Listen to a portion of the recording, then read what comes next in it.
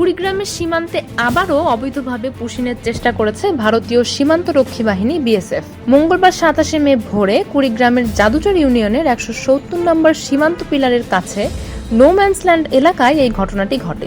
স্থানীয় সূত্রে জানা গেছে, ভারতীয় সীমান্তরক্ষীরা 14 জন নারী ও পুরুষকে জোরপূর্বক বাংলাদেশে ঠেলে পাঠানোর চেষ্টা করে। তবে পরিস্থিতি আঁচ করতে পেরে তাৎক্ষণিকভাবে বাধা দেয় বাংলাদেশ সীমান্তরক্ষী বাহিনী বিজিবি। এই ঘটনাকে কেন্দ্র করে দুই দেশের সীমান্তরক্ষীদের মধ্যে চরম উত্তেজনা সৃষ্টি হয়। অভিযোগ উঠেছে, বিজিবির বাধা দেওয়ার পর বিএসএফ 4 রাউন্ড ফাঁকা গুলি ছোড়ে।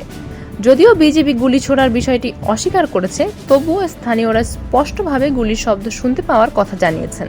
জামালপুরে বিজিবির পক্ষ থেকে জানানো হয়েছে, পুশিনের চেষ্টায় বাধা দিলে বিএসএফ প্রতিক্রিয়া দেখায়। এখনও এই 14 জনের প্রকৃত পরিচয় পাওয়া যায়নি। তারা কোন দেশের নাগরিক তাও অস্পষ্ট। বর্তমানে তারা সীমান্তের শূন্য রেখায় অবস্থান করছে।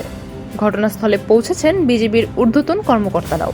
সকাল 9:30 পর্যন্ত এই 14 জন, যাদের মধ্যে 9 জন পুরুষ এবং 5 জন নারী, নো ম্যানসল্যান্ডে অবস্থান করছিলেন। এদিকে একই দিনে কুড়িগ্রামের বুরুঙ্গাবাড়ি সীমান্ত এলাকা দিয়েও আরও একদল মানুষকে বাংলাদেশে পুশিনের অভিযোগ পাওয়া গেছে। এবার সংখ্যা আরও বেশি, মোট 23 জন। তাদের আটক করে বিজিবি ক্যাম্পে নিয়ে জিজ্ঞাসাবাদ করা হচ্ছে। তাদের পরিচয়ও এখনও নিশ্চিত নয়। এই অব্যাহত পুশিনের ঘটনা সীমান্ত নিরাপত্তা নিয়ে নতুন করে প্রশ্ন তুলেছে।